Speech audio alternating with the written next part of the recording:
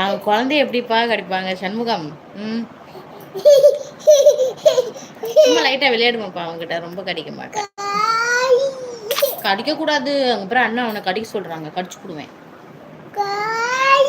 என் அத்தை மகளே நலமா? விஆர் முத்துராமன் நல்லா இருக்கேன்ப்பா, நான் நல்லா இருக்கேன். நீங்க எப்படி இருக்கீங்க? நல்லா இருக்கீங்களா?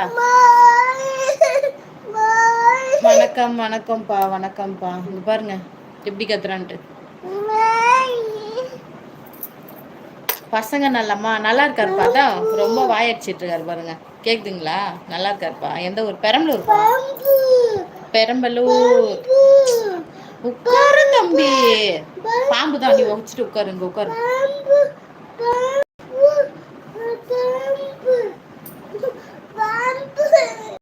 பின்ன எவ்வளோ கோவம் வருது, அப்படியே டென்ஷன் ஆகுங்க அவனோட எனக்கு.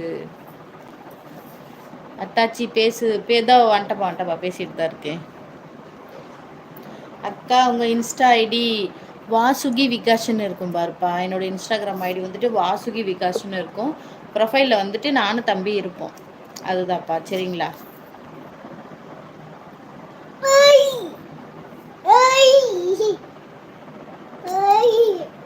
இங்கே உட்காருடா, இங்கே உட்காருடா. உன்னை யார இந்த உங்க அப்பாவுக்கு போன பண்ணுறா, போன பண்ணி பேசுடா, போன பண்ணி பேசு அப்பாட்ட.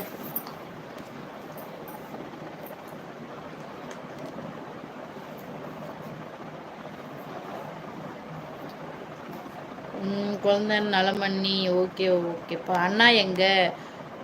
கடை வரைக்கும் போயிருக்காருப்பா, கொஞ்சம் பொருளெல்லாம் வாங்கணும், அதனால் கடை வரைக்கும் போயிருக்காரு. நான் வீட்டில் இருக்கேன்.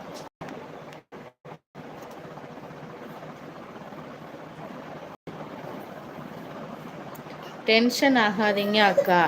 நானும் ரொம்ப முடிஞ்ச அளவுக்கு நான் வந்துட்டு அமைதியாக டென்ஷன் ஆகக்கூடாதுன்னு தப்பா இருக்கேன். நீங்களே பாருங்களேன், சும்மா இருக்கும் போதும் கத்துறான்.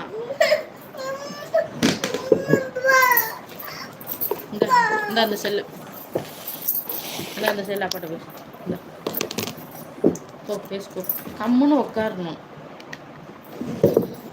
எங்க சும்மா இருக்கும் போதெல்லாம் விளையாடுவான். நான் ஏதாவது வேலை செஞ்சுட்டு இருந்தேன்னா கண்டுக்கவே மாட்டான், போய் சாட்டு விளையாண்டுட்டே இருப்பான்.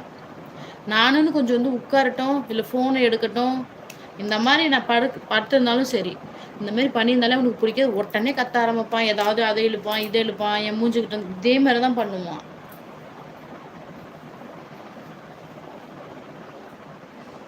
அண்ணா இப்போ வந்துட்டு திருச்சியில் வேலை பார்த்துட்டு இருக்காங்கப்பா. குழந்தைன்னா அப்படித்தான் இருக்கும்.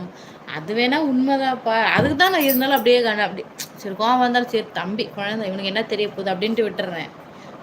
பெரியவங்களே கேட்க மாட்டுறாங்க, சின்ன குழந்தை என்ன பண்ணும் அப்படின்னு நினச்சி தான் விட்டுட்டு போயிட்டே இருப்பேன்.